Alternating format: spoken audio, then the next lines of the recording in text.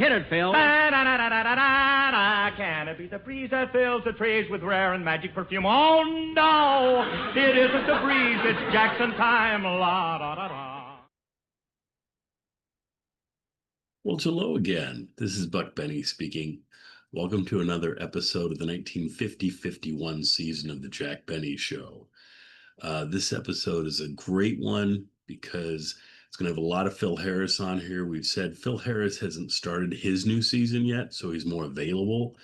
They haven't been using him that much on the Jack Benny Show. The first two episodes used him some, but not a lot.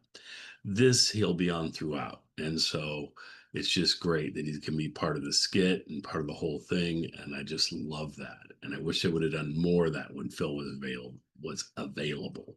But anyway, I'm just glad we have this episode, so that's fantastic.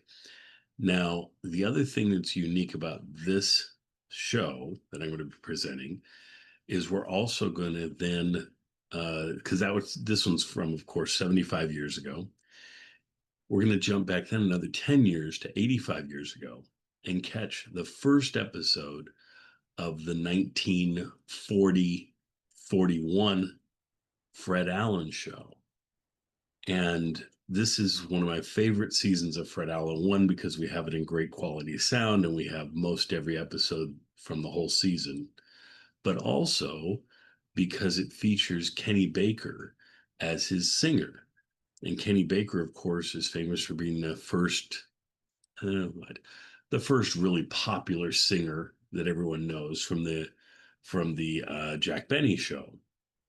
He started in the 1935 season and was on from 35 to 1939 when he stopped being on the show and Dead as Day came on, of course, replacing. But then for a year, he kind of he made some movies in Hollywood and things, but then decided to be on the Fred Allen Show. And Fred's show was an hour long. And so Fred's show features two songs from Kenny Baker. And he'll have Kenny Baker in more, skits and more he'll give him more talk time than more dialogue than Jack Benny did. And I think that's one of the things Kenny wanted, though he's playing the same kind of character in a lot of ways, which he didn't want to do, but I think he just went ahead and went with it. So what I'm trying to do here and why I present it with this episode for this 1 week, and I'm presenting this on Friday, which is our Fred Allen Friday. After this, the 50-51 season will go back to being on Mondays or Tuesdays whenever I get that put up. But on every Friday, we'll have the 1940-41 season of Jack Benny, which hasn't premiered yet, and followed by the 1940-41 episodes of the Fred Allen Show. And what happens is Jack's show would come up first. Fred would listen to Jack's show and make comments on Jack's show. So I like to have it be first I play Jack's show and then Fred's. But the problem is this first episode, Fred's came out before Jack season started. So there's no Jack to tie into this one. So we'll just have this one stand alone for you. And then starting next week, we'll have the premiere of the 1940-41 Jack Benny Show, followed by the second episode of the Fred Allen Show that will be responding to that Jack Benny Show. And it'll go like that each week. So I hope you're going to enjoy that. And I'll explain all of this in way more detail in my commentary, but I'll throw that at the end of the whole thing so that, again, you don't have to listen to it if you don't want to, but those of you who like my commentaries and want to listen to me ramble on for a long time can listen to that. Anyway, without further ado, let's get you right in here. Enjoy this great Jack Benny Show with a great sci-fi routine with Mel Blanc and just one of the classic Jack Benny episodes, followed by, of course, the wonderful Fred Allen season premiere from the 1940-41 season that I think you'll really enjoy. Fred Allen takes a while to grow on you sometimes, but I think it's going to be easier with Kenny Baker on there if you're used to Kenny Baker's character. So I think that'll be good. Anyway, without further ado, enjoy. And we'll see you next week.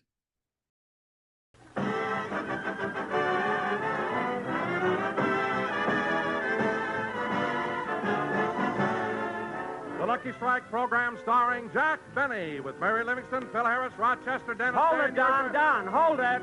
Hold it. Wait a minute, Phil. Hold it, everybody. What's the matter, Jack? Look, we'll be on the air in a few minutes, and the opening is still not right. Now, rehearse it again. But, Jack, I read the opening like I always do. Oh, it isn't you, Don. It's the music. And what, pray tell, is wrong with the music? The same thing, pray tell, that's been wrong with it for 15 years. Phil, it's too loud. Nobody can hear Don. I can tell you now, Phil, you'll never get anywhere with that kind of blast. Look, Jackson, now listen to me. I've got a Cadillac, a yacht, and a mansion in Encino. Show me one Claire de Lune man who can top that. Phil, I know you have a Cadillac, a yacht, and a mansion. What does your music have to do with getting all those things? My band played Here Comes the Bride. I looked at that little blonde standing beside me, said I do, and they were mine, all mine. He admits it yet. Jack, we'll be on the air in a minute, so why upset yourself? But, Mary... Well, Phil has a lot of bad musicians, and there's nothing you can do about it. Wait a minute.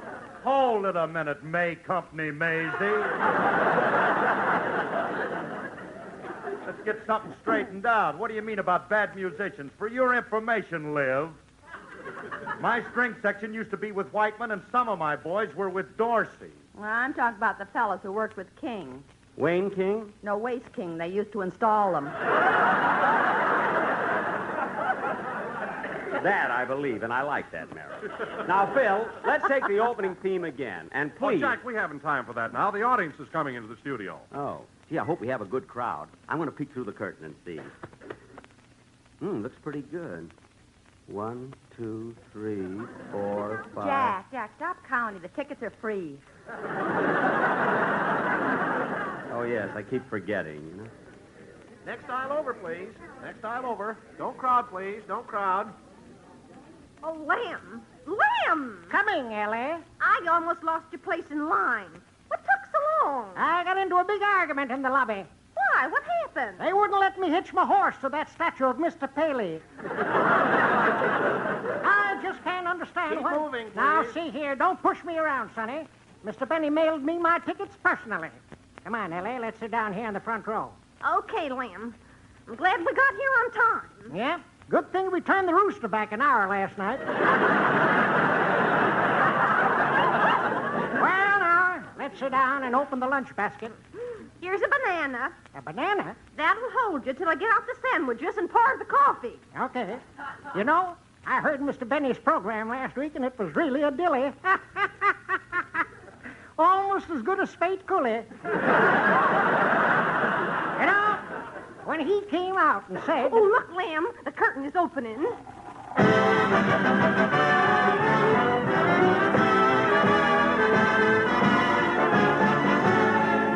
The Lucky Strike program starring Jack Benny with Mary Livingston, Phil Harris, Rochester, Dennis Day, the Sportsman Quartet, and yours truly, Don Wilson.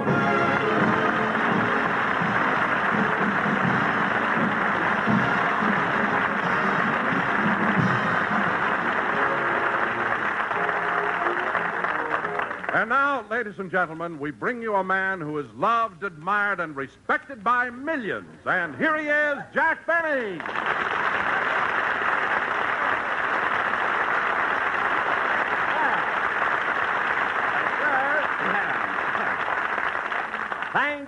Thank you. Hello again. This is Jack Benny talking. Hi, Rube.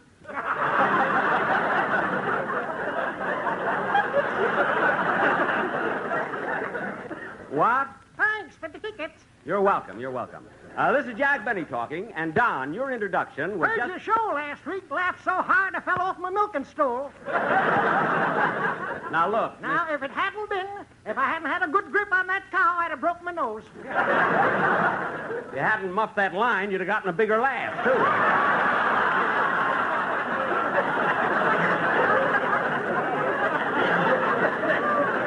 Now, why doesn't he keep quiet? Jack, the show. Oh, yes. Hello again. This is Jack Benny talking. And, Don, it gives me great pleasure to announce that tonight we're going to do a sketch to celebrate a great event in California history.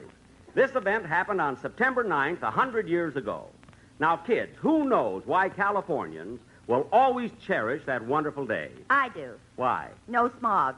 I mean another reason. Don, do you know what California is celebrating? No. Don, you mean to tell me that you, a college man, a radio announcer, don't know California history? That's disgusting. Now, just a minute. Why should I know about California history? I was born in Colorado. Well, some of you must have flabbed over into California. But since none of you seem to know, I'll tell you. This month, in fact, all this year, we're celebrating the California Centennial. Centennial? What's that? What's that, Phil? 100 years ago, California joined the Union. The whole state? Why, certainly. That Petrilla really is on his toes, ain't he?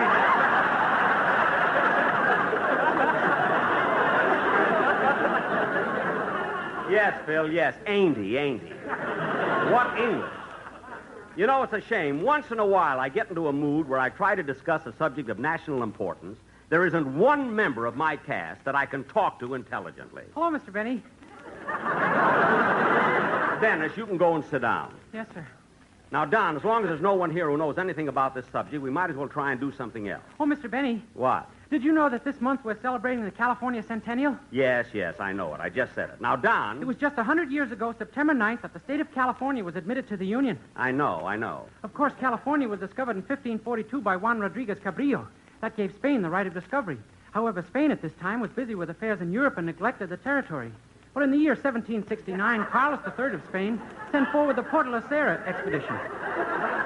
This was the beginning of the building of the missions and the conversion of the Indians on the Porto La Sierra. Then colonization followed. The colonists were sent from Mexico. Then in 1822, California became a territory of the Republic of Mexico. At the close of the Mexican War with the United States, February 2nd, 1848, by the Treaty of Guadalupe Hidalgo, California passed into control of the United States. 2 weeks before this, January 24th, a mill was being built for Sutter of Sutter's Fort at Coloma. Sutter? John Sutter. John Sutter? John A. Sutter. His wife's name was Mildred.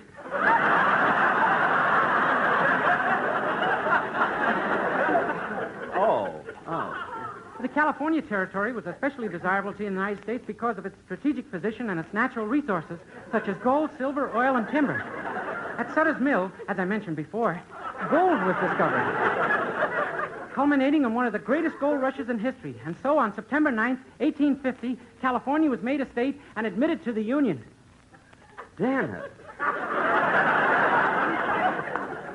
Dennis, that was wonderful. I mean, how do you get your information? I dialed 113.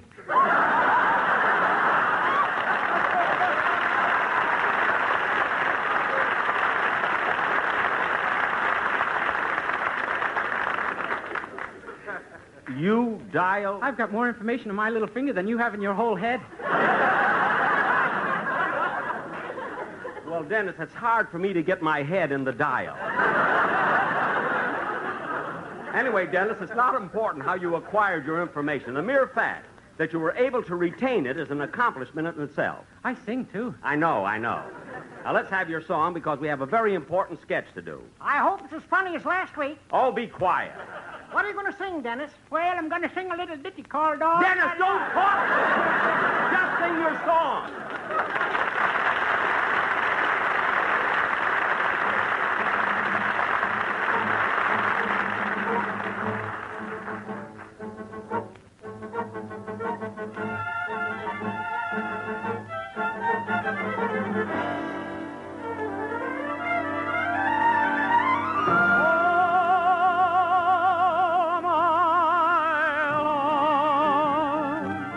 I give you all my love.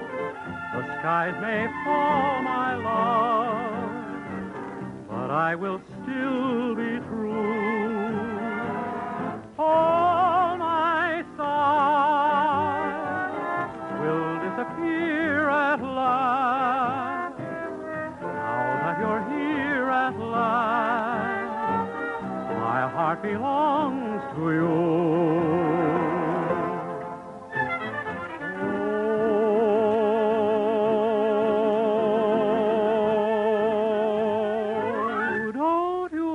Let me go. You thrill me so I can see. As I recall my life, I've waited all my life to give you all my love.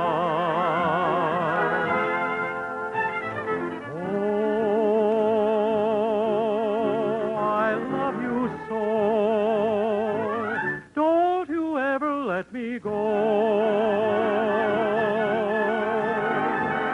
You thrill me so I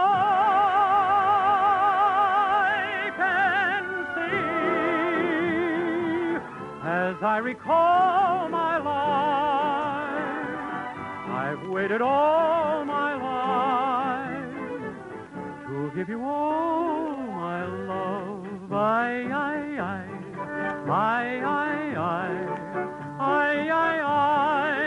All my love.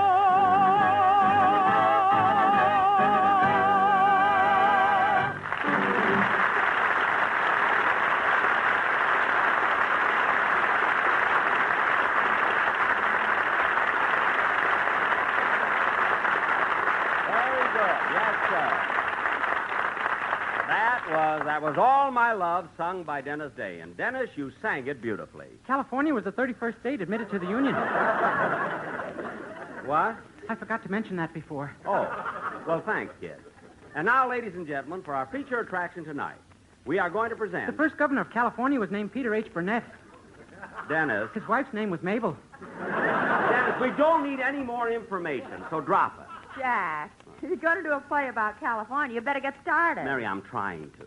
Ladies and gentlemen, tonight, in honor of the California Centennial, we are going to present a play based on this historical event. All right, Don, let's get started with our tribute to California. Am I going to be in the play? In it. You're going to be technical advisor. Yeah. Go ahead, Don. Introduce the play. Okay, Jack. Oh, darn it, the phone. I'll get it. Whoop. Who threw that banana peel on the stage? Hi, Rube. What? California got its first shipment of bananas in 1864. Dennis, I don't care when. Okay. Hello? Hello, Mr. Benny. This is Rochester. Rochester, what do you want? Have you been shopping lately? Shopping? Yes, last Wednesday I bought some clothes. Why? There's a man here from Sears Roebuck with your new suit. Well, you can tell the man it's about time. It sure is a nice suit, boy. You really like it? Yeah, I hope it looks as good on you as it does on him. Rochester, you mean he came from the store wearing my new suit? Yeah, he said for the price you paid, they couldn't afford to put it in the box. Well, look, tell the man... Now, hold it, boss. What? Here comes Roebuck wearing the extra pair of pants. Well, look, Rochester, I'm in the middle of the program. Hang up the clothes and I'll see you later. Okay, goodbye. Goodbye. Oh, say, boss. Now what? You got a letter from Alcatraz. Oh, from my agent. Oh, what does he say? Open it up. It's already been opened. Oh, yes. Well, what does he say? I'll read it to you. Dear Jack, next Friday is my birthday, and if you want to send me monogrammed shirts, my initials are 9-3.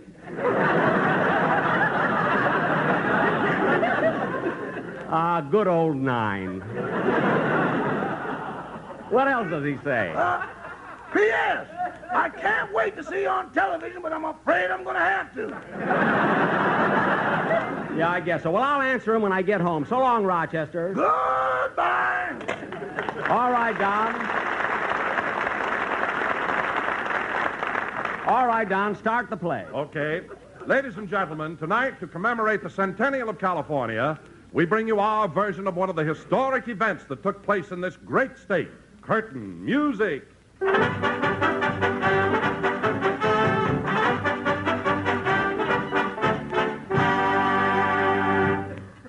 name is Slim Benny.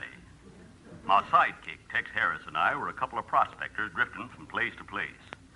In the year 1849, we found ourselves in the sleepy little Mexican pueblo of Nuestra Senora La Reina de Los Angeles de Porquinulco.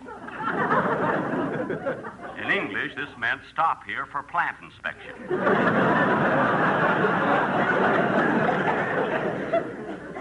One night, Tex and I were in the only lively place in town, Pedro's Saloon.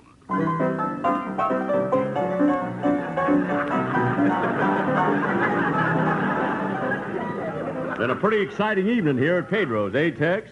Sure has, Slim.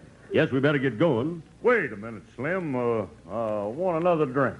Now, hold on, Tex. I know it ain't none of my business, but you've been drinking a little too much. Well, it ain't my fault, Slim. I only drink to forget. What are you trying to forget? All the years I went around sober.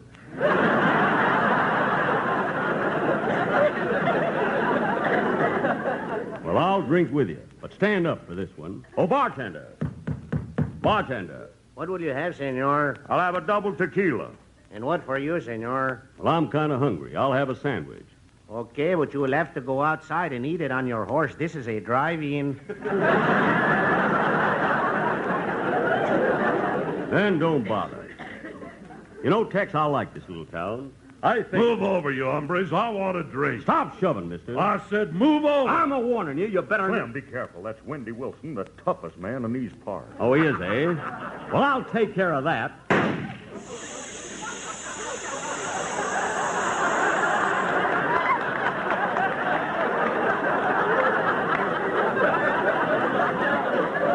I shot him in the stomach.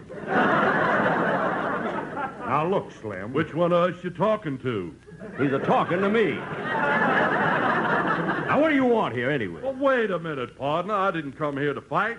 I came here to see the singer at this here saloon. Got a new song by Stephen Foster. No kidding. How does it go? Be happy, go lucky, be happy, go lucky, strike. Hiddly poo poo poo poo poo.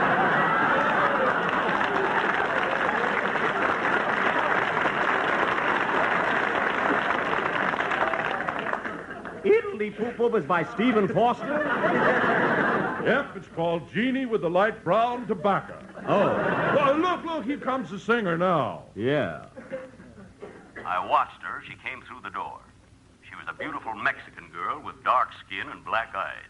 And she had a perfect figure. Ankles 8 inches. Calves 13 inches. Hips 34.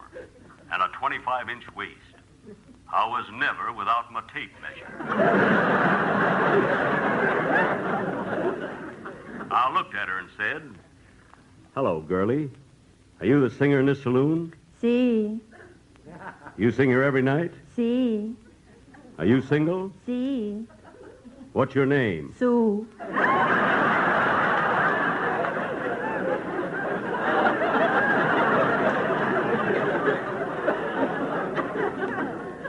Sue? Si.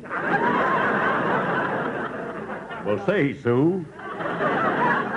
After your show tonight, how about going out with me? We could have a lot of fun together. Do not get fresh with me, senor. The bartender, he is my brother. Ah, you're kidding. Hey, bartender. Si. Can I talk to you a minute? Si. Are you her brother? Si. What's your name? Si.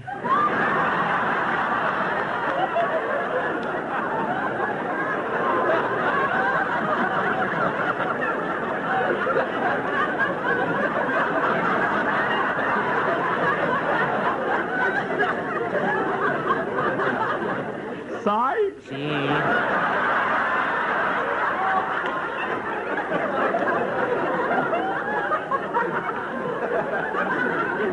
Well, look, Si, I want to go out with your sister, see? She's so. I know she's Sue's Si. I heard Sue say so. What did you say, senor? A kill sigh. It was easier than reading that line again.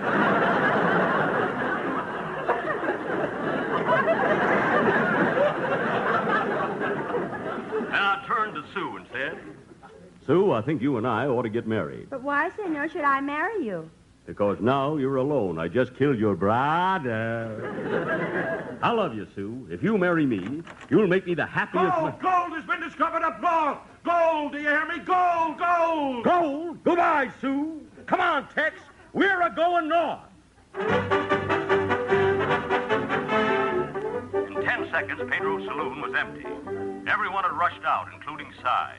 He was dead, but he didn't want to be poor. Tex and I rushed over to the general store to outfit ourselves for the long trek to Sutter's Mill.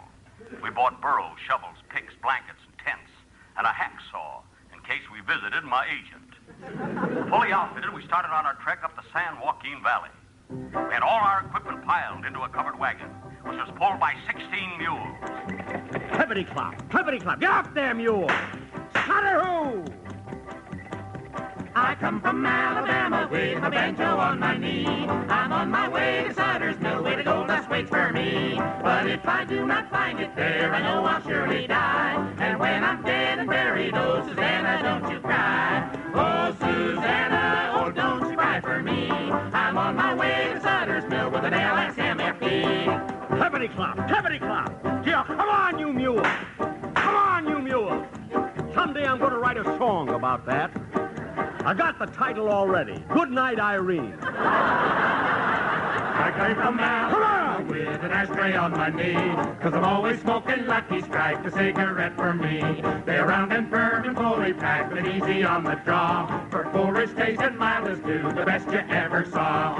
Oh, Susanna, oh, don't you cry for me, for I'm on my way to Sutter's Mill with an LSMFT. Clippity-clop. Come on there, mule. Come on, Nellie. Come on, Francis. 30 pounds smoking satisfaction, Lucky Strikes are fine. Just light one up and you'll agree, my darling Clementine. So be happy, go Lucky Strike with me, 'cause sure enough there's no rough up in an LSMFT.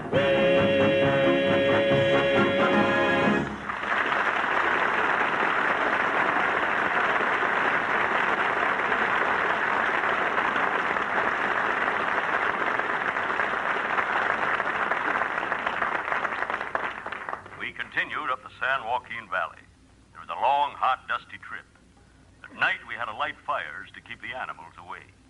We went for days without water, for weeks without a bath. Then the animals started lighting fires to keep us away.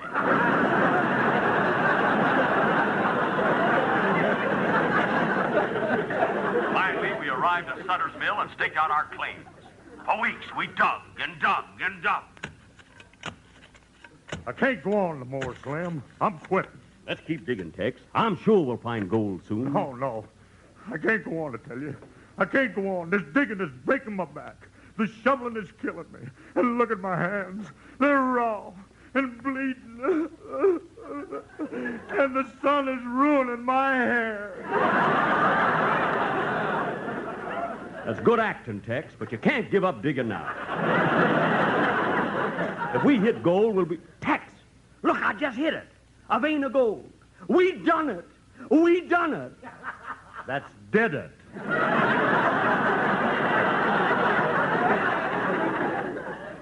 When it came to English, I knew Tex was right. He had graduated from Harvard, magna cum laude.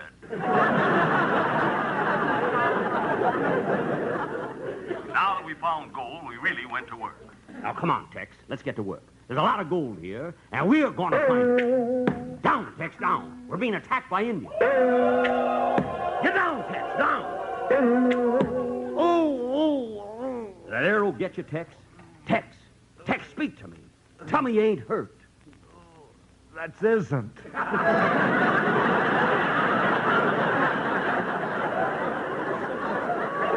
All right, Tex. Tell me you isn't hurt. But I are. Well, don't worry, Tex. Look, the chief of the Indians is coming toward us. Yeah, you stay here. I'll go and talk to him. Use good English. I will. How? How? Me, he big Indian chief. Indian chief? What tribe? Sioux.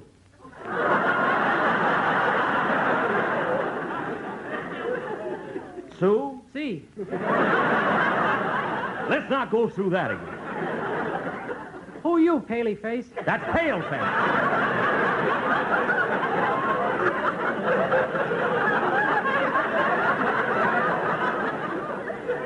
Paleface is that statue in the lodge. My name is Slim Benny. What you pale faces do here? We just found gold. Gold? Then me take 'em. No, it's our gold. We worked for it. We dug for it. We slaved for it. Indian no care. I take 'em your gold or I take 'em your scalp. Well, all right. Here. Slide right off 'em head.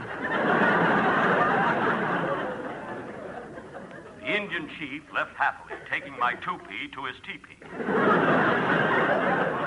That was the last we saw. Then winter fell, but that didn't stop Tex and me.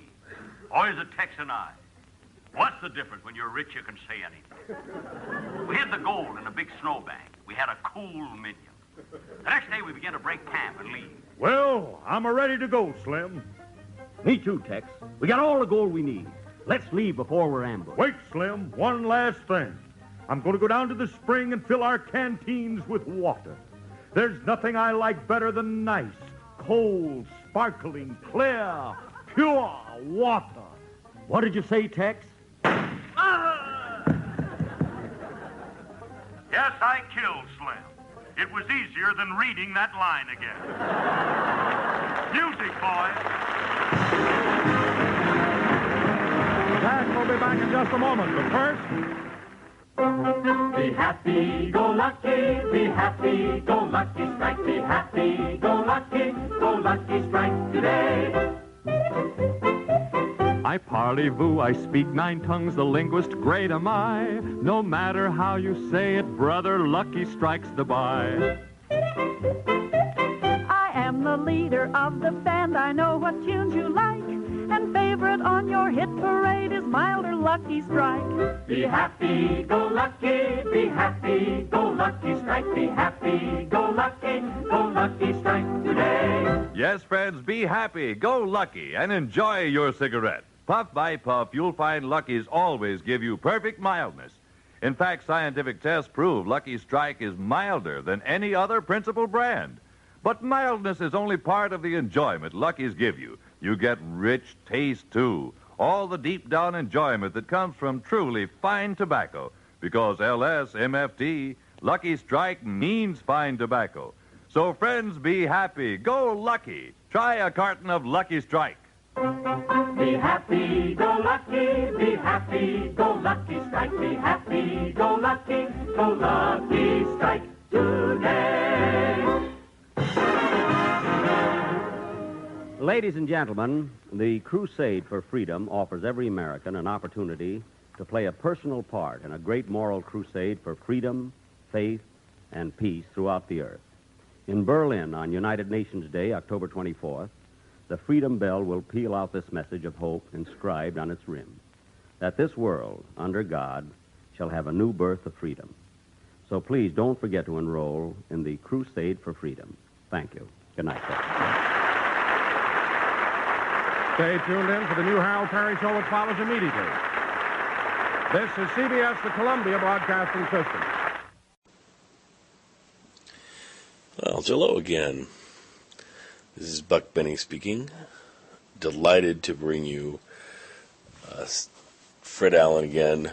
We haven't had him for a couple weeks, and it's neat to bring him back to you. These are the hour-long episodes from the 1940-41 season. This is the season opener. The very first episode featuring Kenny Baker, who 1 year previously had left the Jack Benny show. He left Jack Benny, took a year off, I believe, trying to be in movies and so forth, and then went on the Fred Allen Show after that. So this is his first appearance on the Fred Allen Show. It's great to have this. I aired these programs a couple years ago. I wanted to air the Kenny Baker appearances, and I just couldn't find many of them. Now I've found a whole batch of them, so we have a nice solid run of the 1940-41 season, beginning with this very first episode, Kenny Baker's first appearance. The only thing that's kind of a bummer on these early episodes is that someone has cut the music out. So Kenny Baker, of course, is the singer, so they've cut his songs out. You still have his banter back and forth with Fred Allen, which is wonderful, but like in this particular episode, they introduce Blueberry Hill. I found my thrills on Blueberry Hill. You know the song? Anyway, it's a song I really like, and to hear Kenny Baker sing it would have been a lot of fun. And so they announced it, and I was like, oh yeah, that'll be great. And then it's gone. So don't get your hopes up. The song's not there. I believe in some of the later episodes in the season we will have Kenny Baker songs actually in the shows. And certainly I'll keep searching if I can find anybody who has copies of these episodes with the songs intact. I'll definitely try and bring you those. But I wouldn't count on it. Anyway, enjoy Kenny Baker, enjoy Fred Allen. What a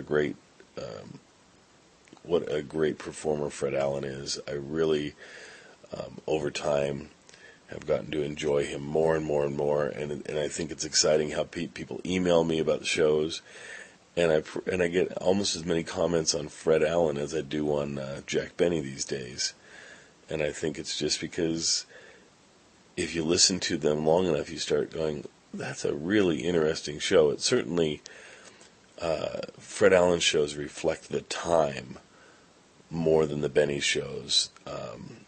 And that could mean they're more dated, but his humor kind of cuts through, and a lot of the political and humor and so forth really still is true today. So a lot of things, even though the people have changed, the concept is there.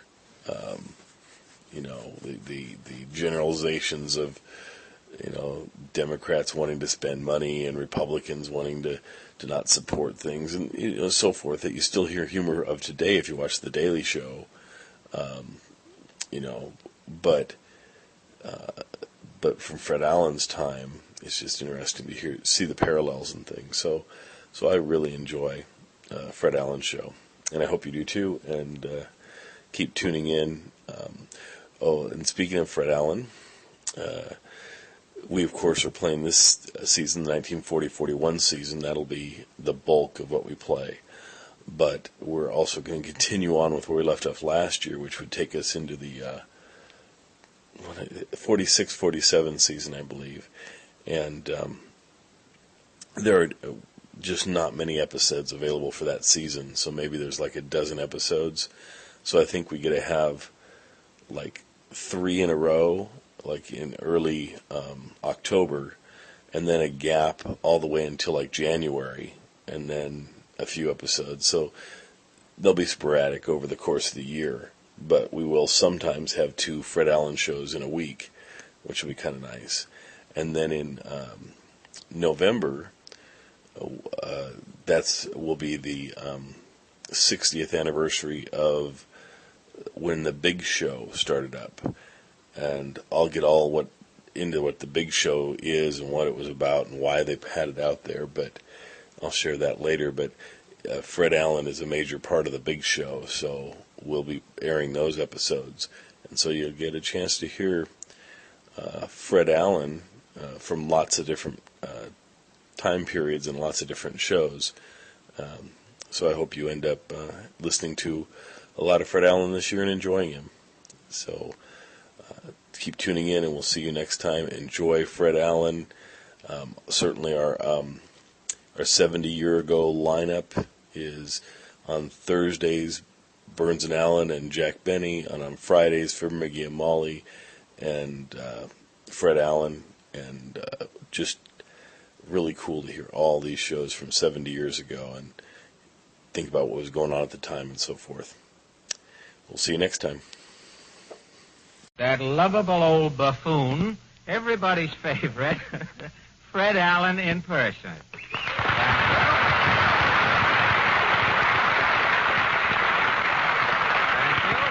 Thank you, and good evening, ladies and gentlemen. Well, first, I guess I ought to apologize for introducing myself, but everything is sort of confused tonight. You know, opening a new program, you know how it is. I was so busy running around all day telling my relatives that I was going back to work and then reviving them after they fainted that I forgot to bring an announcer, I forgot to bring any actors, I forgot Did you forget to bring the commercials? Oh, no, Mr. Bascom. I've got the commercials right here. Lucky for you, Alan. Yes, sir. That's the sponsor. But as I was saying, ladies and gentlemen... Hello, Mr. Allen.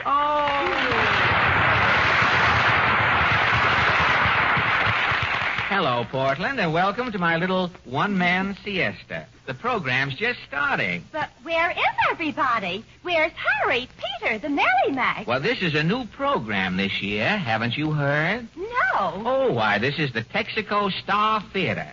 Everything's new but the jokes. You'll find out. But the stage is empty. Where's the band? Well, I'm sorry. I was just explaining all of that to the audience, Portland. I've been so busy all day, I forgot to hire any talent. But you've got to have people to have a show. Unless you're running a flea circus, yes. But don't worry, I'll have everything in a minute. I have got a man dragging a chopped liver sandwich up Broadway. I'll have 200 actors here in no time. Now, you just sit down, Portland. Let me worry. All right, I will. And now, very nice of you. And now, ladies and gentlemen... I beg your pardon, Mr. Allen?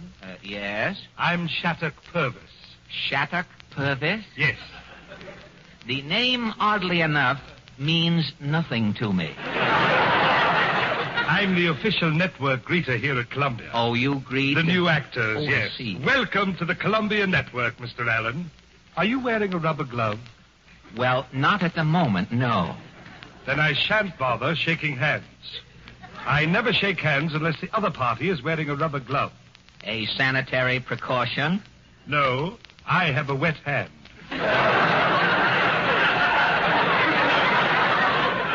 So many executives in radio seem to have wet hands these days.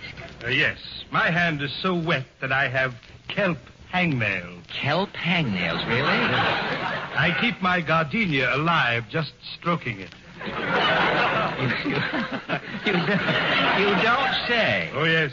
Shaking my hand is like finding 5 clam necks in your palm. Well, thanks a lot for the warning. I hate those dank handshakes that feel as though one is milking a seal. I see your point. I hoped you would. Very nice. Welcome to the Columbia Network, Alan. Well, thank you, Mr. Purvis. Shattuck Purvis. Well, thank you, Mr. Purvis. The name wears well, but still means nothing to me. What's that? Well, it's a new the sound man is auditioning for another program 2 blocks down. He's overdoing it, but overlook it. It's a new program. You've got to expect a little knocking now and then. Hey, that must be my talent. Somebody unlocked the door at Afra or something. But I haven't any actors. I'm holding an audition here. Talent in radio? Why, this is revolutionary. I'll show them right in. Yes, I wish you'd do that. Now, order, please. Everybody's going to have a chance. Now, first, boys, I need a band leader. Is there a maestro in the crowd? I'm a band leader. Oh, step a little closer to the microphone, brother. Yes, sir. What is your name? Goodman. Goodman? Benny Goodman? Not at this salary, mister. Oh, you are the cut rate Goodman.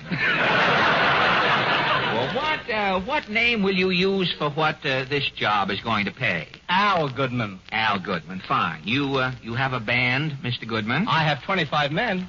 25 men? They all have instruments, of course. 20 men have instruments. 20 men have instruments. Who are the other 5 with your band? Music lovers. Oh. I see. They're doing away with the middleman. They're right in with the band. Well, you have a dress suit, Mr. Goodman. This is it I have on. Really? I rented it. Wait a minute. You do read English. I mean, you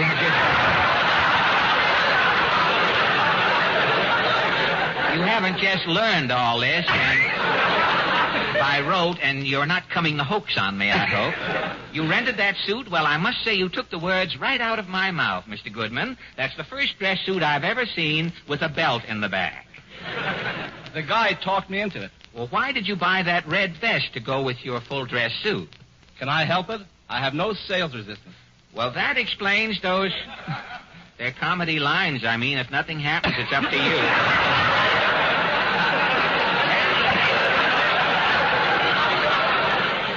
I got a witness. The man wrote when he was laughed when he was writing them. I mean, well, all right, you're hired, Mr. Goodman. Get your band together. Yes, sir. Come on, boys. Fine. Very good. He's a man. He's got something, that man. I hope I find out what it is before it's too late. Now, what about an announcer? Is there an announcer among you folks back there? Oh, are all 3 of you boys radio announcers? Yes, sir. Well, I'm afraid we're only going to need 1 announcer for this program, fellows. I guess the only fair thing to do then is to audition all of you 3 boys. I have a short test sentence here. The one who reads it best gets the job. Would you mind trying it first, son? Oh, me? Well, yes, just read this one sentence. Okay. Now listen, Muggs. I ain't no stool pigeon, see? But this time I'm coming clean, see? Texaco Products is the best, see? That's a McCoy, see? You are a radio announcer? I've been working on gangbusters, see? You have been contaminated, see?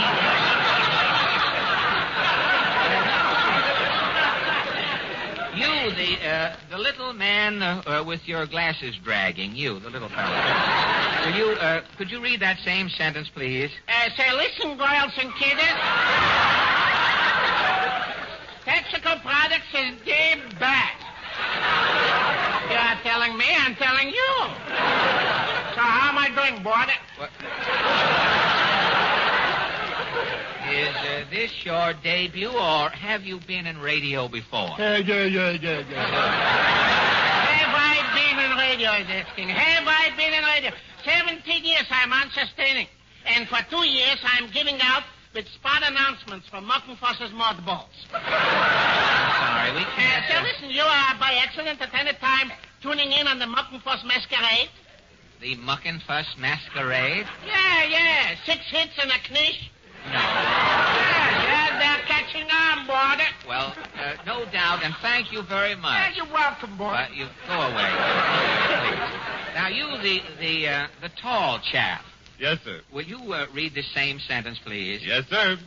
Motorists know that Texaco products are the best. Well, that's more like it. And your name, son? Jimmy Wallington. The job is yours, Mr. Wallington. Thank you. I guess I won't need you other boys. Sorry. Come on, Sam. Okay, which way is Uncle Ezra, boy? Quiet. Now, what about a singer there? Is there a singer in among the... Yes, sir, I'm a singer. Oh, are you? What's your name, Bob? Kenny Baker.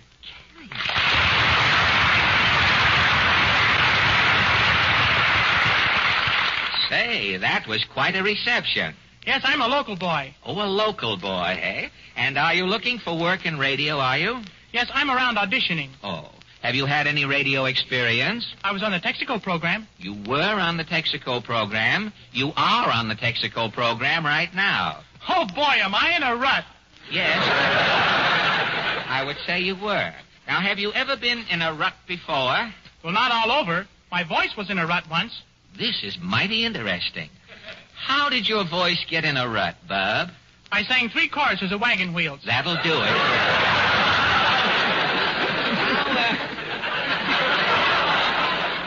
Now, tell me, Phil. I'm Kenny. Oh. Kenny Baker. Oh, excuse me. Your teeth hang down so far, I thought it was an accordion. Say, you're pretty funny, brother. Well, thanks. You like comedy, do you? I can take it or leave it. I was on the radio with a comedian out in Hollywood once. Really? Who was he? I forget his name. It was Bunny or something. John Bunny? Yes, only he called himself Jack. Oh. He was a bald-headed guy. Oh, I've heard of that old John Bunny. Well, he must be pretty creaky, pretty old by now. He sure is. He finally got so weak we had to tie him to the microphone so he wouldn't fall down. Well, how did you get him to stand up in the street? The laundry used to put starch in his union suit. That's very good. That was one for me, wasn't it? Yes, it sure was. You know, if I didn't know I was a singer, I'd swear I was a comedian. Well, fortunately for me, you know. I'll say. And which is it? You want to add something to it? Let it go.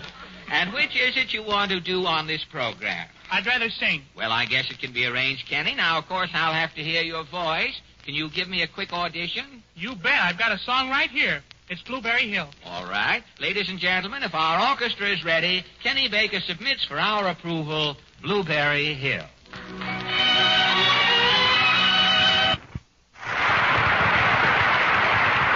Thank you, Kenny. Thank you, Kenny. I'll talk business with you later, Kenny. Now, let me see. What's next here? Now, oh, yes. Where's that new announcer I hired? Right here, Fred. What was your name again? Jimmy Wallington. Oh, Jimmy Wallington. Oh, yes. Well, all right, Jimmy. Now, don't you think this would be a good time to tell our friends about Texaco Fire Chief? Why, yes, Fred. Ladies and gentlemen, there are two things you want in gasoline: power and economy. And one filling of fire. Oh, gosh, I seem to have mislaid my lawn yet again. Would you read this telegram for me, please? Why, surely, Fred. Why, it's from your last year's announcer, Harry Von Zell. Harry Von Zell. Mm-hmm. Good old Harry. What's he got to say, Jimmy? He says, "Dear Fred, congratulations on the beginning of your new series. May you go as far with Texaco as motorists go with Fire Chief. I wish I could be with you tonight. But on the other hand, it's just as well that I'm not." I wonder what Harry means by that. Well, he goes on to say, "If I were there, I might forget myself and start talking about that dull, sluggish feeling." And Fire Chief is just the reverse of dull and sluggish. Fire Chief means brilliant performance and flash response. So congratulations on my absence, and good luck to you in Texaco. And it's signed, Harry Von Zell. Say, it was nice. Make a recording of that. We'll send it to Harry. Say, it was nice. It was nice of Harry to send us that wire. Yeah, it was nice of me to read it. Yeah, and it was nice of me to deliver it. How's about a tip? Oh, yes. You're the little fellow. Jimmy, have you a tip for the boy? I certainly have. And here's the tip, son. If you want real power and economy at regular gasoline prices, get Fire Chief at your neighborhood Texaco dealer. Goodman, with his All This and Cymbals 2 orchestra, has just completed La Cinquantaine. And now, ladies and gentlemen, I talking. Mr. Allen. Oh, yes, Kenny. Well, this is later. How was my song? Oh, Blueberry Hill was fine, Kenny. You're hired. I did a good job, huh? Oh, boy, did you do a job. You know how well you sang? I am allergic to blueberries. And as you were singing Blueberry Hill, I could feel the lumps coming out all over me. I was wondering why you suddenly had 4 Adam's apples. Yes, that's what did it. And don't tell Ripley. And please don't go away. Do you want to meet Mr. Baker? This How do you photographer. Do you want to come up and take a picture with Kathy? Why don't you come up and take a picture of the audience? That's the thing to do. Then we'll have something. But and don't go away. I might need you in a little while, Kenny, for an encore. Okay, if you want me, I'll be over back of the bass drum working on my stamp collection. Oh, good. Do you enjoy pasting in your stamps? Oh, I don't care about the stamps. I just like the taste of the glue. Yum, yum. Save me an old special delivery I'm not going to use. I'll be over for a snack later. And now our guest tonight... Mr. Allen! Oh, now look, Portland, I'm frightfully busy. Well, how is the program going? But there is only one way to tell, Portland. If I am not here next Wednesday night, you will know it isn't going. It's gone. Oh, you'll be here all right. Well, how do you know? I just passed the spot dancer over in the corner, and he's humming. No kidding. Say, that's a good omen. What song is the sponsor humming? I'll never smile again.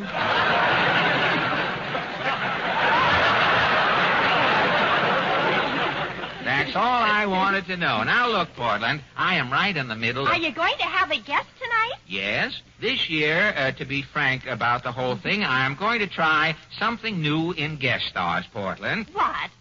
Well, Major Bowes has so much excellent talent on his programs that I thought that it might be nice if we invited the Major's outstanding amateur each month to make his or her first professional appearance and receive their first radio salary on our program.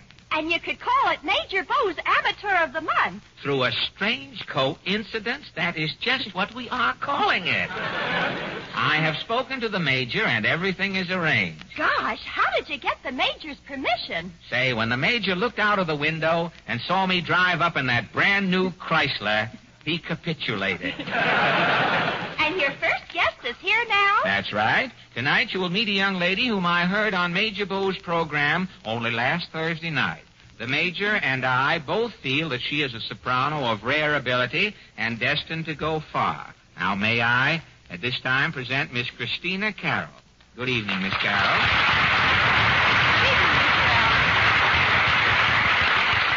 Now, before we start, may I say that I enjoyed your singing immensely on the Major's program last week. Thank you. I hope you are not nervous on this, the occasion of your professional debut, Miss Carroll. Well, to be quite honest about it, Mr. Allen, I am. Are you really? Would you feel better if I held your hand? I don't think so. I get it. Well, how old are you, Miss Carroll? I'm 19. Sweet 16 with interest, huh? And, where is your home? In Cleveland. Ah, Cleveland. That's the town where a fella needs a ball team.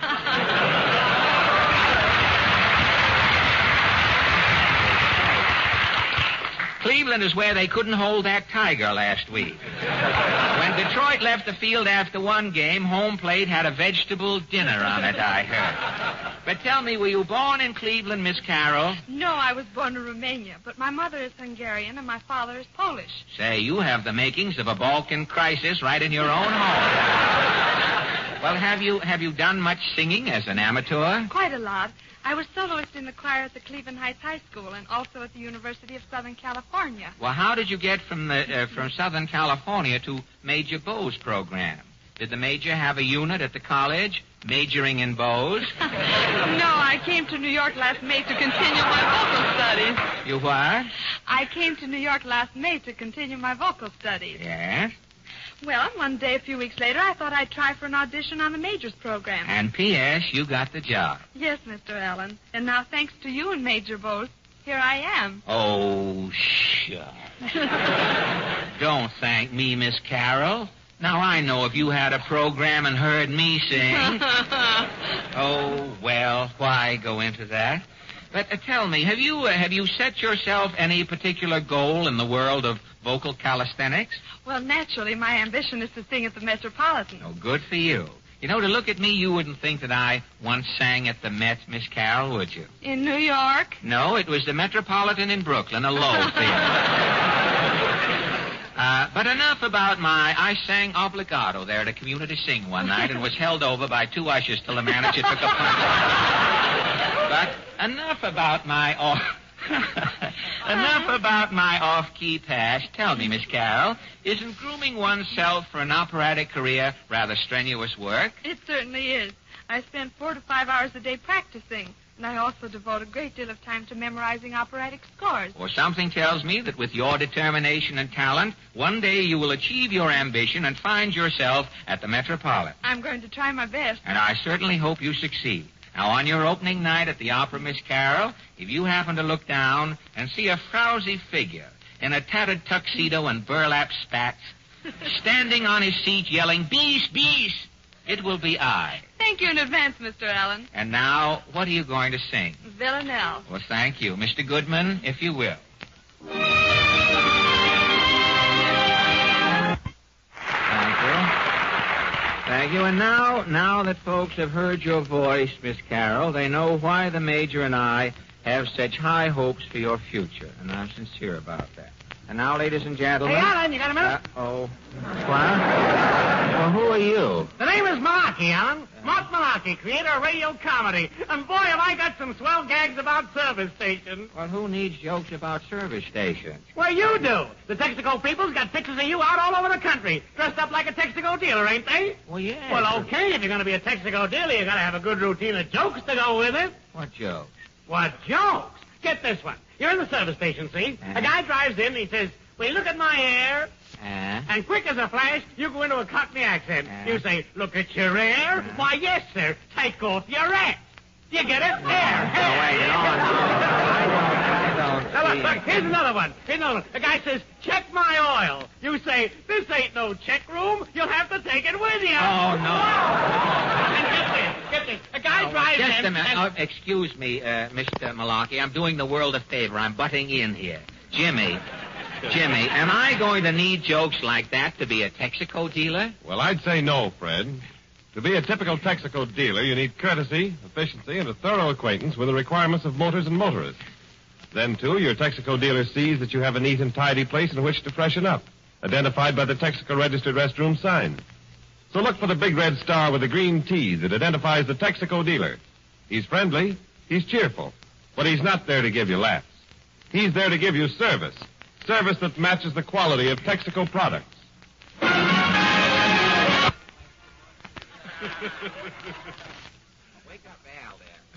This is Mr. and Mrs. Average Man's Roundtable, where three persons selected from our studio audience are invited to give their opinions on a question that concerns some prominent issue of the day. This little session is entirely unrehearsed.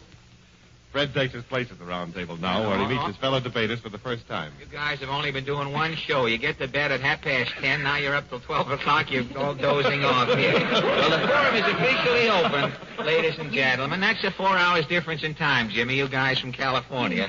But the forum is officially open. Portland, would you kindly present our first... Would you like to come up and join us? What are you doing there? Working for Click? Man in the aisle with the camera, and I don't see any lights going off. It goes click every once in a while. I think it's propaganda. But, Portland, will you introduce the first member of our little board? Yes, Mr. Martin Friedgood from Brooklyn, New York. Well, good evening, Mr. Friedgood. Good evening. Is it Brooklyn or Mr. Friedgood you're reporting? Mr. Friedgood, may I ask your profession? I'm a publicity writer for United Artists. United Artists, really? Yeah. You mean one of the fellows who goes around writing stories about the glamour folk in the United Artists pictures? Well, that's the idea. What picture are you writing about now? Principally The Thief of Baghdad. The Thief of Baghdad, really? Who is in the picture? This is what we call in radio a plug, you see. It's all right. Who is in the picture? Sabu and... Sabu? Has he got his elephant in it this time? No, he hasn't. He hasn't. All alone. All alone. Well, he's working for peanuts, probably, which he will give to the elephant when he gets him back from the other picture. How do they pay off Sabu? In rupees or what money do they use? I guess they use dollars. He counts, I imagine. Sabu, doesn't he? I think so. I do Sabu and I do Sabu. But best I can do, I'm up a little late, Mr. Friedgood. But tell me, when does the Thief of Baghdad open? Roughly in about a month. About a month, huh? Well, thanks. I'll make a note of it on my cuff, because I've got my October shirt on, and I'll certainly go to see it. Thank you. And now, Portland. Miss Shirley Carson from Providence, Rhode Island. Good evening, Miss Carson. Good evening, Mr. Allen. From Providence. May I ask what you're doing here in New York? Well, I work here in New York. Do you really? I'm going to go farther, I warn you. Where do you work? I'm secretary to the Department of Philosophy at Columbia University. Philosophy? Yes. Our interview is over.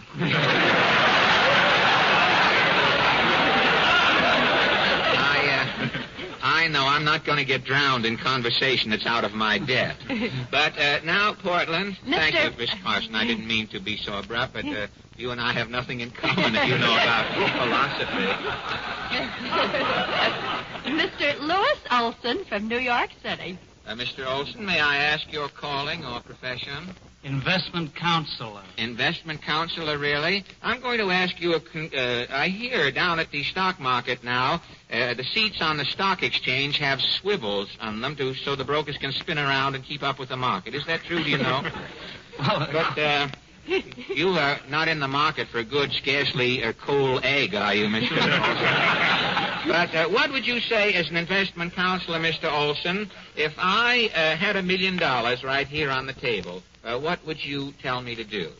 Well, the Stock Exchange Institute teaches one how to operate. Yeah. Of course, there's a tuition, and I wouldn't want to cut in on that. Oh, I see. You wouldn't want to do a little freelancing around this $1 million, eh? Well, I think that's the wrong answer, Mr. Olson. I think if I had $1 million right here on this table, the first thing you should advise me, is to put it back where I got it. Well, that seems to bring us to our question. With our national election, I've got to get glasses of longer arms here, I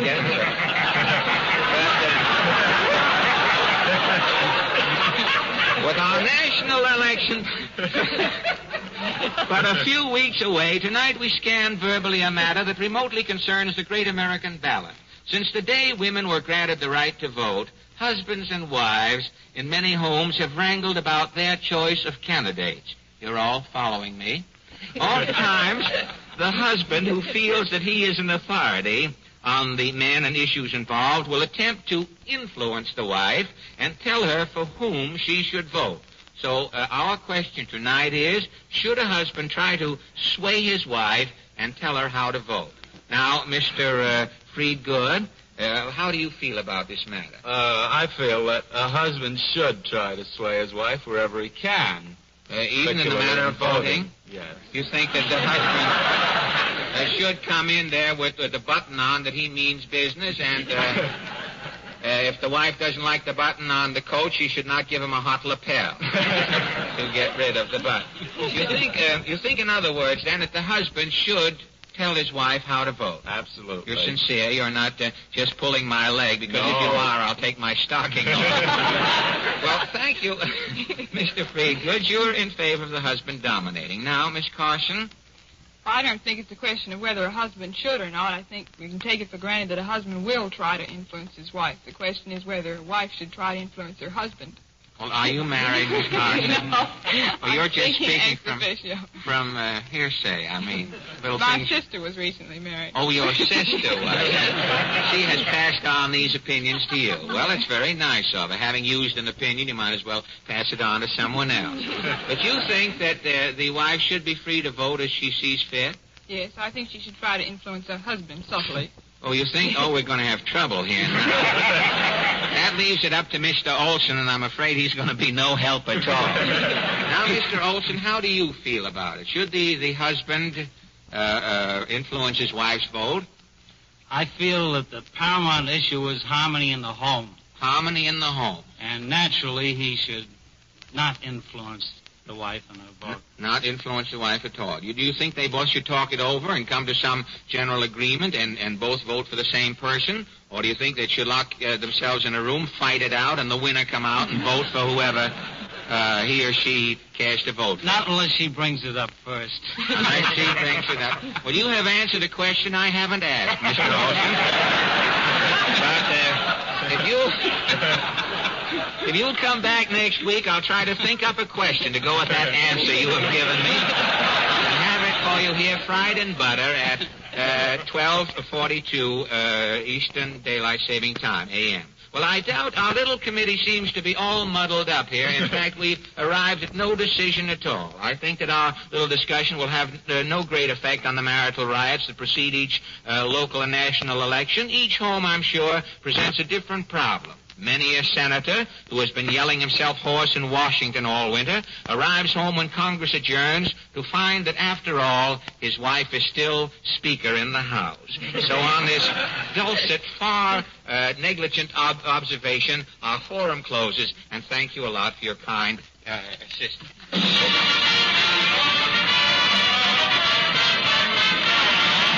Thank you. And now, Kenny. Yes, Fred? How about giving us your encore now? All right. You mind if I sing Cynthia? Why, not at all, old boy.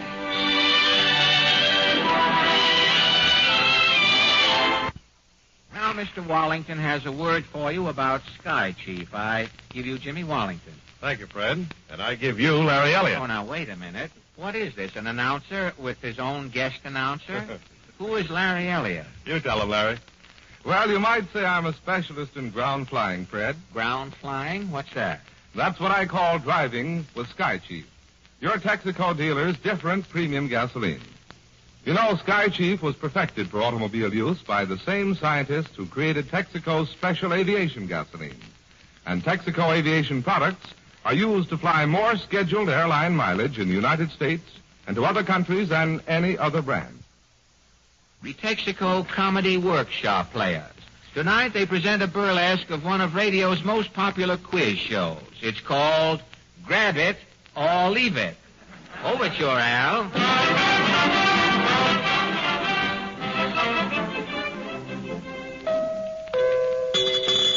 This is station KLUK. We now present Grab It or Leave It, the quiz program that's different. Grab It or Leave It is brought to you each week by the makers of Shapiro's Double Duty Spaghetti. The only spaghetti that can be eaten as spaghetti or pulled through the teeth and used as dental floss. Housewives endorse Shapiro's spaghetti, folks. Mrs. Olive Bays of Gimmel, Nebraska, right? My husband kicked about my cooking for 20 years. Last week I bought a box of Shapiro spaghetti. He ain't complained since. And how did you serve it, Mrs. Bays? I cooked it with knots in it, and he strangled to death. These are wonderful. Become a widow the easy way, ladies. Buy Shapiro's today. And now, grab it or leave it. And here is our genial master of ceremonies, Bob Squawk. Thank you all, folks. Now, here's how our Grab It or Leave It quiz works. Each contestant picks his own subject. If the contestant answers the first question correctly, he gets $1. If he answers the second question, his dollar doubles and he gets $2. The contestant can keep doubling or stop at any time. In other words, he can, quote, grab it or leave it, unquote. Are we ready, Ted? Yes, Bob, and our first contestant tonight is Mr. Ladislaus Twine. Where are you from, Mr. Twine? I ain't from no place. I live right here. You live right in the studio, do you? I see. Eating old spot announcements, I think, floating around. Well, what is your occupation, Mr. Twine? I'm a feeler at an orange juice stand. A feeler at an orange juice stand? I'll explain. You see, when the squeezer squeezes an orange juice, he hands it to me. Oh, and you? I put my hand down into the glass and feel around in the orange juice. Well, for what? If I feel any seeds, I pick them out. Well, it's pretty trying work, I imagine. Yeah. Some days I don't feel like feeling, but I gotta feel. Well,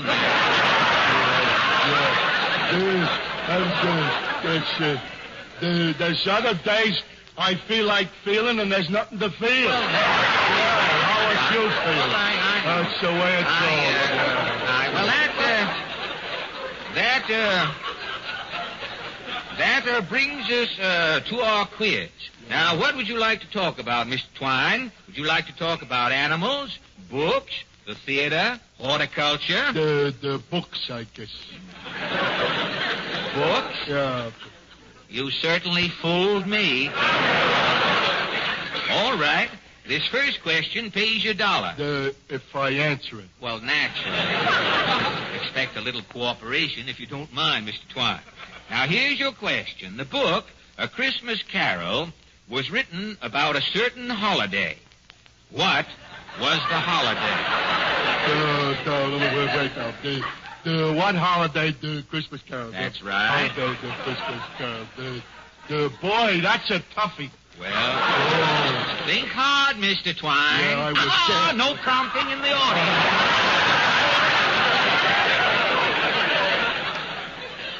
Now, the Christmas Carol. What holiday? Thanksgiving. No. Thanksgiving. I just said no. There's 2 Thanksgivings.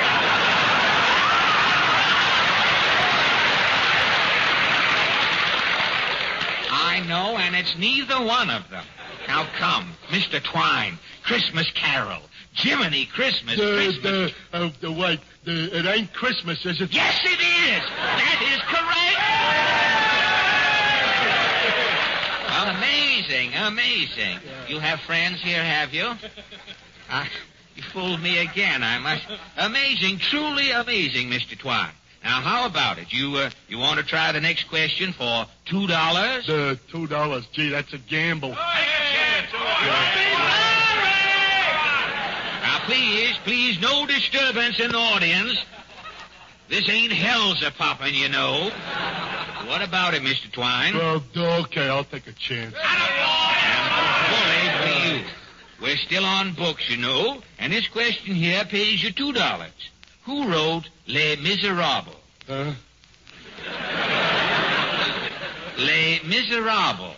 Can I settle for $1.50? No. It's $2 or nothing. Look, let's forget the question. I'll match you for the dough. Now, this isn't the pot of gold, Mr. Twine. Who wrote Les Miserables? Irving Berlin? No. You're wrong. The correct answer is Hugo, Victor Hugo. Victor Hugo. Don't I get nothing? No, I'm very sorry. You missed Hugo. Oh, yeah? Well, you got it. Thank you, Mr. Send us a road map with your request. Now, our next contestant... Here I am again, boys. Hit me with a question. Come on, hit me with a question. Please. Hey, Bob, he's back again. I told you to keep that pest out of here. I tried. Hit me with a question, but I don't want the answers. Good evening, Mr. X. Here I am again, but hit me with a question. Come on, I don't want the answers. Come on, hit me. Be patient. Ted, you'd better explain to our listeners about Mr. X's sudden intrusion explain to our audience. Yes, right, Bob. Ladies and gentlemen, 4 weeks ago, this contestant first appeared on this program. He refused to give his name. He called himself Mr. X. The first week, he answered 6 questions correctly and won... I had $64 coming. Yes, and Mr. X refused to take this money. Yeah. He came back the next week, answered 8 more questions correctly, and doubled his winnings up to... I had $13,000 coming. Yes, and again, he refused to take the money. Yeah. This is the 4th week Mr. X has been on Grab It or Leave It. Yeah, and Shapiro Spaghetti owes me $150,000, and I ain't through yet. Come on, hit me with a question, now, but I don't want the wait answer. a minute. What's the chemical formula for sulfuric acid? H2SO4. Quiet. Who wrote Think Very Navy? William Wordsworth. Mr. I'm X. just warming up. Who is this fragment of sophisticated scum? Is that my first question for $300,000? No, it isn't. Well, then I ain't answering. Come on, hit me with a question. All right, Come on. all right, you 10th Avenue Einstein. For $300,000 or nothing, name the 17th, 18th, and 19th letters of the Sanskrit alphabet. Let me see. That's a cinch. The letters are Gimlo, Ret, and Lamet. That is correct. Darn it. Dumba, Sabu, McGill, Malipa. What's that? That's Sanskrit for hit me with a question, but I don't want the answer. This is awful, Bob. Shapiro Spaghetti now owes Mr. X $300,000. Yeah, now I'm going to double it. No, not now you're not. I'm taking the next contestant, Ted. Get him away from here. Oh, no, I don't want to go away. Who wrote the Trojan Women? Euripides! Ted, I'm sorry we ever thought of this money-doubling idea. Well, who's next, Ted? Our next contestant is Miss Maisie McGurk. Well, how do you do, Miss McGurk? Call me Cuddles, big boy. Miss McGurk? Oh, playing hard to get, huh? Please. You live in New York, do you? Greenprint. Oh, I see. The phone number is Red Hook 19970. It's a pool room. And they call you, do they? Oh, I'm always in there. Oh, I see. What is your occupation, Miss McGurk? Well, my specialty is organizing sunshine clubs and billiard parlors. Oh, you spread cheer in pool rooms, do you? Yeah, if I see a party behind the 8-ball, I kind of mosey over and drop a kind word. You are doing a wonderful work, madam. Yeah. Now, what would you like to talk about, Miss McGurk? Art, sculpture, taxidermy, plumbing? I'd rather talk about you, glamour boy. Miss McGurk, this is a quiz program. So I'm quizzing you. What are you doing later, good-looking? How dare you? I think you'd better go. Okay. I'll meet you in the pool room later. And thank you, Miss Maisie McGurk. Hey, I'm getting restless. You owe me $300,000 and I want to double it. Come on, hit me with a question. Come on. All right. You moronic compendium. You've finally gone too far. I've got a question that'll shut you up. Answer this. Okay, shoot the sticker to me, Slicker. How many hairs were there in Ivan the Terrible's beard? 6,174, of which 369 was ingrown. That's why Ivan felt so terrible. Correct. Correct. You're uncanny. Yeah, and Shapiro Spaghetti now owes me $600,000. $600,000. Stop it, I say. It's Mr. Shapiro, our sponsor. Mr. Shapiro. Oh, you're just in time, Shapiro. You owe me $600,000. $600,000. This farce is going far enough, Squawk. Who is this man? That's what I'd like to know, Mr. Shapiro. Who are you, X? A Harvard man in disguise? Not me. The name is Philpott Sweeney. Well, what do you do? I'm a janitor in Radio City. A janitor?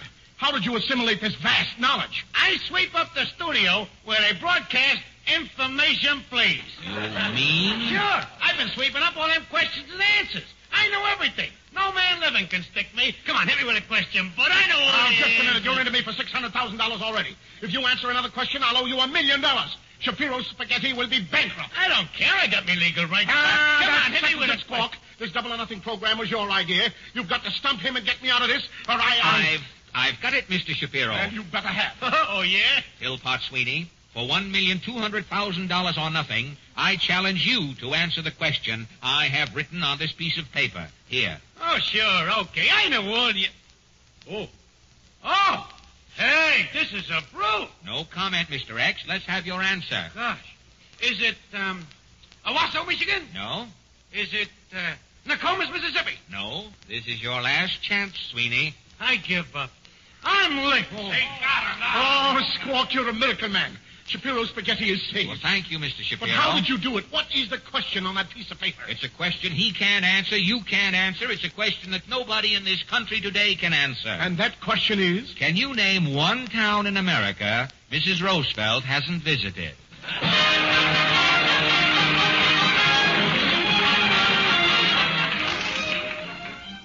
Every year, awards are presented to the bus companies showing the best maintenance records. 4 out of 5 of the 1940 awards for intercity service were won by Texaco users. In fact, nearly 70% of the buses winning awards in all classifications use Texaco. Since 1930, when these awards were first presented, more winning bus companies have used Texaco than any other brand.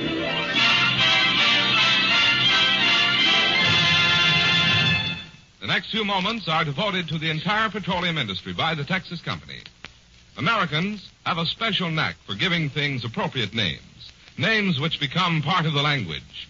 And in that regard, it is interesting to note the name which the American public itself gave the country's gasoline and oil dealers, service stations. The name tells the story, a story known to every motorist who has ever stopped for air in the tires.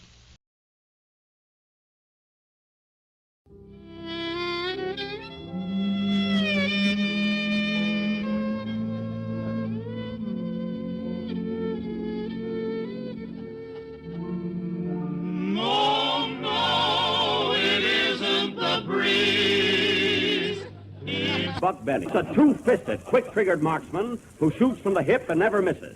Well, hello again. This is Buck Benny speaking. It's 2020, and I thought I'd explain kind of what I'm doing with the Jack Benny Show. I think you are really in for a treat this season. It's a strange season, so we kind of have to hook together different shows than we used to bring you normally. But I think it's actually a really unique experience you're going to get. What's going to happen is the 1935-36 season, there's a bunch of missing episodes, and it is the season where Kenny Baker comes on and joins Jack's cast. It's the year before Phil Harris joins the cast. And on the Phil Harris side of things, we can bring you 2 shows a week of Phil Harris. But this is the season, because there's only 9 seasons of the Phil Harris Show. This is a season where we can only bring you 1 show a week. So I kind of had to juggle things around a little bit. So just for this week alone, we're going to get the 1950 episode of the Jack Benny Show. which is his third episode, and we're going to get the season opener of the Fred Allen Show. And for some of you, you may have already listened to the Fred Allen Show because I posted it on Friday by itself. But then I figured I better link it up because future years I won't grab onto it otherwise, and we might miss that season premiere, and we wouldn't want to do that in the future. So if you haven't heard it, I would seriously listen to it. The Fred Allen Show, I was thinking about it. I think this might be my favorite season, the 1940-41 season. It has Kenny Baker on it, and it's just neat that we get a chance to hear Kenny Baker on the year that he's joining Jack Benny, and we also get to hear the year that he's joining, which was from 5 years later exactly, the year that he joined the Fred Allen Show. So if you're a Kenny Baker fan, this is going to be a good year for you. So without further ado, I'm bringing you the third 1950 Jack Benny Show and the very first premiere of the Texaco Show with Fred Allen from 1940. So I hope you enjoy both of them. Well, hello again. Welcome to the third episode of the Jack Benny Show from the 1950-51 season. It's interesting. First, we'll start off with, I've been talking the last couple weeks about how Phil's show, the Phil Harris Show, starts up, I think, next week. Let me see the date. No, a couple weeks away still. Anyway, so there were basically 3 or 4 Jack Benny shows, and then Phil's show started up. So I was wondering, why wouldn't they use Phil more in the show? Because when Phil's show was running, he would have to stop halfway through the show and head over to his studio to do his show, which followed immediately behind Jack's. So they couldn't use him much, and they'd usually only give him a part that was 2 to 4 minutes long. But in this case, he's